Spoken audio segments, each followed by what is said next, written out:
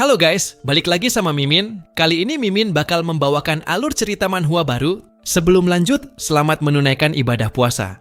Bagi kalian yang menjalankannya, sekali lagi Mimin ucapkan terima kasih buat kalian yang sudah support Mimin hingga sekarang.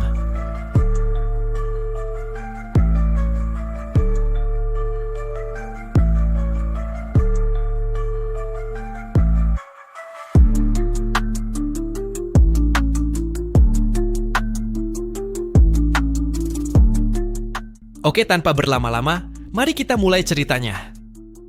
Kaisar Tokugawa juga menambahkan sambil tersenyum, kalau pilihan Changsheng hanyalah putus asa. Rupanya saat musim semi datang pada negeri Sakura dengan kehadiran Momo, Changsheng sudah dipastikan tidak memiliki kekuatan untuk membangkitkan dewa-dewa yang lain. Dan terpaksa, Changsheng memilih untuk membangkitkan dewa iblis tersebut. Tetapi, yang terjadi selanjutnya sangat tidak terduga. Dewa Zhugangli yang awalnya berpenampilan babi hutan, mulai menghancurkan sosok hewannya, dan memperlihatkan sosok aslinya sebagai dewa iblis, tetapi berwujud manusia. Pakaiannya sangat padat, lengkap dengan armor perang dan wajahnya juga cukup tampan. Melihat fenomena ini, penonton dari negeri Sakura yang berteriak sebelumnya, seketika menjadi panik dan bertanya apa yang terjadi sebenarnya. Sementara di bangku penonton negeri Huaxia, mereka mulai memuji saudara Changsheng, sebagai orang yang tidak terkalahkan. Tuan kota juga tidak menyangka, bahwa Changsheng berhasil membangkitkan dewa iblis, dan altar tidak mengalami kerusakan ataupun memakan korban. Penatua juga akhirnya dibuat bertanya-tanya, kalau mungkinkah, Pangu tidak terbatas pada sistem dewa manusia dan dewa iblis. Ternyata saat masa jaya tiba, warisan Pangu sebagai dewa pencipta, jauh melebihi imajinasi masyarakat Huaxia. Sehingga bisa dikatakan, terdapat harapan bagi Huaxia, agar bisa bangkit dan dilirik oleh seluruh bangsa di dunia. Kembali ke auditorium negeri Sakura, Kaisar Tokugawa menjelaskan, kalau dewa iblis itu masihlah seorang pria. Kaisar Tokugawa yakin, kalau tidak ada manusia satupun, yang bisa menolak pesona Dewi Tamamo no Mae. Setelah perubahan wujud Zhugangli berhasil sepenuhnya, dia sekarang bertanya, perihal mengapa di tempat ini sangat bising. Changsheng menjelaskan, kalau tempat inilah yang disebut Divine Battle. Tempat ras asing, menindas bangsa Huaxia. Maka dari itu sebagai junior Lu Changsheng, dia memohon agar Jenderal Tian Peng, untuk menekan dewa asing tersebut, sebagai perwakilan negeri Huaxia.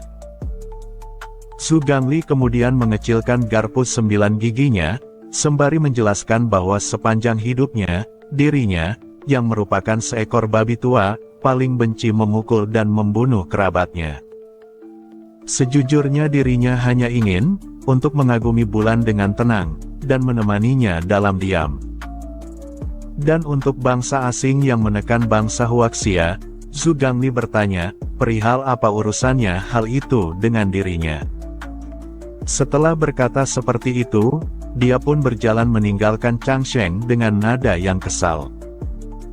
Tetapi sebelum jenderal benar-benar pergi, Changsheng kembali menyatukan kedua tangannya, dan memohon kepada jenderal untuk tetap di sini. Tetapi Jenderal Gangli hanya mengorek telinganya, dan seakan tidak ingin mendengar apapun dari Changsheng. Lantas Changsheng bertanya, perihal apakah jenderal masih ingin melihat sosok Dewi Bulan. Jenderal seketika berhenti melangkah, dan mulai mendengarkan penjelasan Changsheng. Changsheng kembali bertanya padanya, kalau apakah dia masih ingin melihat saudara kera dan gurunya. Bagi yang belum tahu, Zhugangli atau Baji ini, merupakan Cupatkai. Gangli merespon, bahwa di tempat ini, persembahan sangatlah jarang. Bisa disebut, zaman tanpa hukum.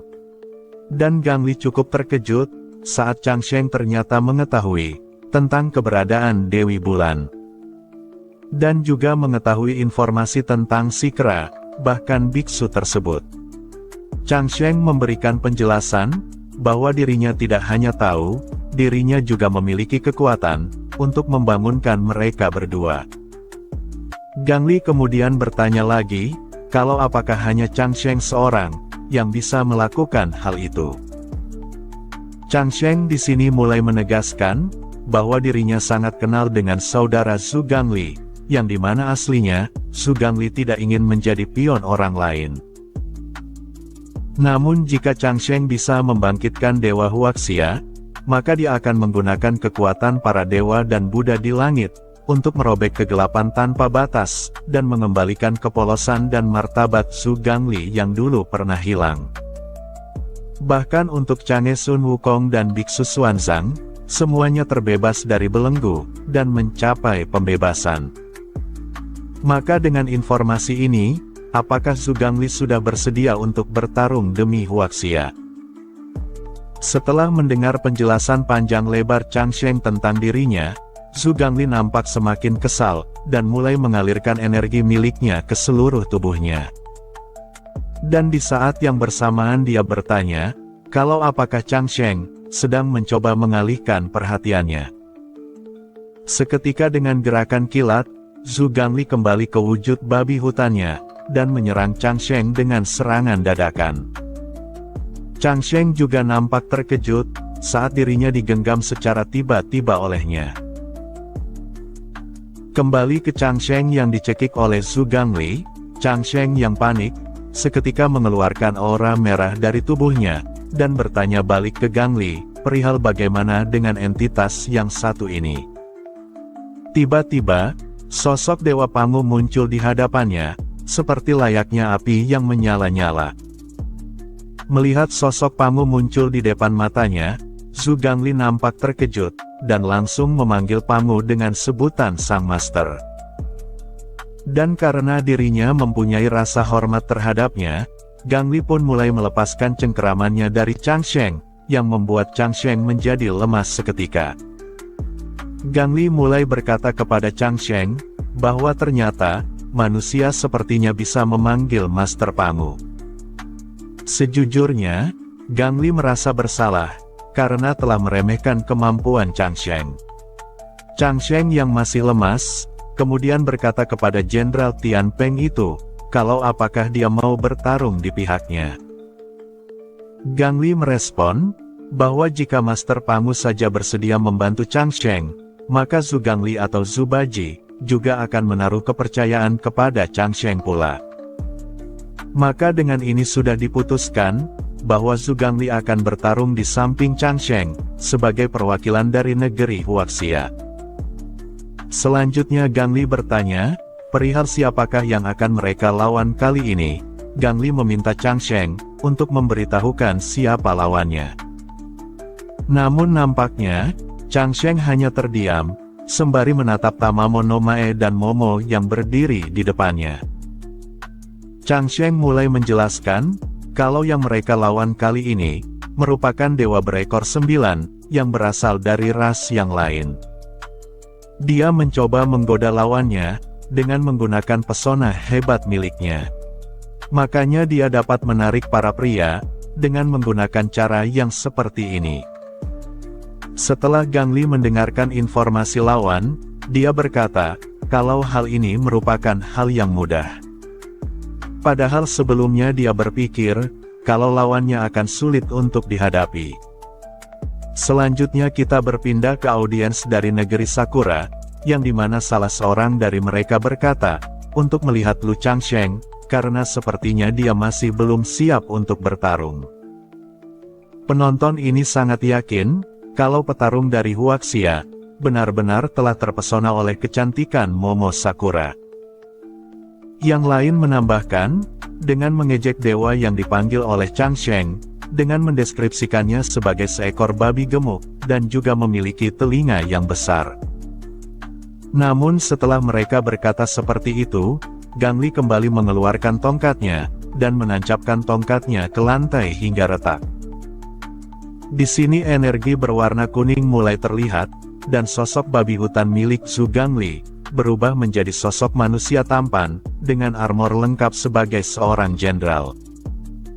Sontak seorang penonton wanita dari negeri Bangzi atau Beijing, menjadi terpesona melihat sosok Gang Li, dan mengaku bahwa wajahnya sangat tampan. Dan seorang biksu dari negeri Tianzhu atau India juga memberi tanggapan, bahwa dewa monster kuno milik Huaxia, sepertinya mereka tidak bisa meremehkan kekuatannya. Dan penonton dari bangsa Eagle atau Amerika juga berkomentar, bahwa siapa yang tahu, apakah dewa pria ini dapat bertahan di bawah pesona Tamamo no Mae. Sesaat kemudian, Momo mulai melangkahkan kakinya, sembari memberitahu Changsheng, bahwa dia harus bilang, kalau Changsheng dan dewa yang dia panggil itu, sama-sama cukup tampan di matanya. Namun, Momo mengaku mempunyai usulan yang bagus untuk mereka. Di sini Momo sambil membuka bagian atas kimononya, dan setelah itu dia menariknya ke atas, sehingga kimono penutup ini, dia terbangkan di atasnya, dan memperlihatkan sosok Momo dengan kimono yang lebih pendek. Momo meminta Changsheng yang dia panggil Lusan, untuk bergabung dengan negeri Sakura. Jika Changsheng menerima tawaran ini, maka Momo dan gadis lainnya, akan melayani Changsheng dengan pelayanan yang terbaik. Momo memasang senyum licik, saat dia berkata seperti itu kepada Changsheng. Momo melanjutkan, berbeda dengan bangsa Huaxia, negeri Sakura tidak akan membuat seseorang yang baru awakening, untuk berjuang berkali-kali. Momo menegaskan, bahwa bangsa Sakura, akan membantu Changsheng dan dewanya, untuk bisa tumbuh dan berkembang. Changsheng yang mendengar semua perkataan Momo, nampak hanya terdiam, dan tidak memberikan reaksi apapun. Di lain sisi, kembali ke bangku Huaxia, di sana Penatua Xuan menyadari, bahwa yang Momo keluarkan itu, adalah serangan psikologi. Tuan kota sontak meneriaki Changsheng, untuk jangan tertipu dengan trik gadis itu. Momo kembali melanjutkan godaannya, dengan menjamin bahwa Changsheng, dapat memiliki banyak uang dan juga kekuatan. Dan selain itu, Changsheng juga berkesempatan, untuk memiliki diri dan tubuhnya. Sungguh godaan yang sangat hebat. Penonton dari bangsa Huaxia, mulai perlahan terkena efek godaan dari Momo. Salah satu dari mereka berkata, meskipun negeri Sakura itu menyebalkan, tetapi dia tidak bisa menyangkal, kalau sosok Momo itu sangatlah imut. Yang lain di belakang juga berkomentar, jika dirinya diberikan kekuatan, uang, dan seseorang yang sangat cantik sepertinya, maka pasti dia sudah menerima tawaran tersebut. Tetapi yang menjadi fokus utamanya saat ini, yaitu bagaimanakah Lu Changsheng, memutuskan tawaran yang satu ini. Seketika, Changsheng dengan tatapan tajam menjawab, bahwa dia menolak tawaran itu. Namun meski Changsheng menolak, Momo tidak langsung menyerah menggodanya, saat ini dia memberikan tawaran lain, bahwa jika dirinya tidak cukup baik bagi Changsheng, maka Changsheng kini bisa memilih wanita manapun, yang berada di negeri Sakura. Aura seduction milik Momo, keluar berbentuk kupu-kupu merah muda, menandakan bahwa Momo mulai serius menggunakan kekuatan aslinya. Seketika, Changsheng perlahan mulai terkena serangannya, dan dia mulai membayangkan, bahwa semua wanita dari negeri Sakura, datang menghampirinya, dan bebas untuk memilih siapapun di antara mereka. Tetapi sebelum dia terkena lebih jauh, Changsheng mulai mengeluarkan garpu kecil di telapak tangannya, dan setelah itu mengubahnya menjadi bentuk yang lebih besar. Teknik ini disebut Heavenly Soldier Projection. Di dalam hati Changsheng berkata, setelah Jenderal Tian Peng memutuskan untuk bertarung di pihaknya, maka dirinya juga otomatis, bisa menggunakan senjata garpu 9 giginya. Menyadari Changsheng menolak tawarannya, Momo nampak menyayangkan pilihan yang dibuatnya, padahal jika Changsheng menerimanya, maka Changsheng bisa saja memiliki masa depan yang cerah. Di sini Changsheng tidak peduli, dan malah menceritakan, bahwa ketika dirinya belajar sejarah, profesor telah memberitahunya sesuatu. Bahwa kehormatan ada dalam jangkauan sebuah pisau. Dan kebenaran ada dalam jangkauan kanon. Yang artinya, jika HAM ini tidak diatasi, maka penindasan Momo terhadapnya akan semakin hebat dan brutal. Dan jika dirinya melarikan diri, maka bagaimana caranya dia bisa menghadapi jutaan orang yang ada di belakangnya? Chang Sheng kini merentangkan kedua tangannya di depan bangku Huaxia. Chang Sheng melanjutkan, Huaxia adalah bangsa kebajikan. Di sana kita dapat bertemu teman dengan menggunakan makanan. Dan kita bertemu musuh dengan menggunakan senjata. Mendengar kalimat ini dari Chang Sheng, penonton Huaxia mulai mengakui bahwa itu benar-benar perkataan yang hebat. Yang lain menambahkan bahwa mereka bangsa Huaxia memiliki satu senjata yang cocok untuk negeri Sakura. Sungguh kalimat yang benar-benar hebat, bangsa Huaxia akan menghancurkan semua lawannya. Mereka mulai berteriak memuji Chang Sheng, bahwa Chang Sheng adalah warrior terkemuka di Huaxia. Dan biarkanlah seekor kuda berkeliaran di pegunungan selatan, mengusir penjajah, dan menutup sarang serigala. Hal ini adalah keinginan sejati dari seorang pria Huaxia. Chang Sheng nampaknya sudah siap dengan garpu 9 giginya, untuk bertarung secara fisik melawan Sakura Momo. Setelahnya kita kemudian berpindah ke Candi Myriad Deity, yang dimana di chapter sebelumnya, petugas kuil ini memukul lonceng saat kemunculan Dewa Pangu. Anak itu saat ini merasakan hawa panas, dari api yang berasal dari tungku yang menyala di hadapannya. Dan di atas api tersebut, keluar sebuah kertas panjang catatan kuno, yang bergerak naik ke udara. Anak itu sontak berteriak, bahwa tungku api itu telah terbuka. Bangsa ini, minimal akan 2 kali lebih beruntung dari bangsa yang lainnya. Kembali ke Chang Sheng, saat ini, Chang Sheng mulai melompat ke arah Momo, sambil memutar garpu 9 giginya di udara. Garpu itu diselimuti petir kuning, yang dimiliki oleh Jenderal Tian Peng Su Gangli. Dan menyadari bahwa Chang Sheng hendak menyerang, Momo kemudian mulai mengeluarkan senjata kipasnya, dan berhasil menahan serangan vertikal, yang Chang Sheng lancarkan kepadanya. Serangan itu bahkan membuat Momo mundur ke belakang, dan mengakibatkan bentrokan energi yang dahsyat.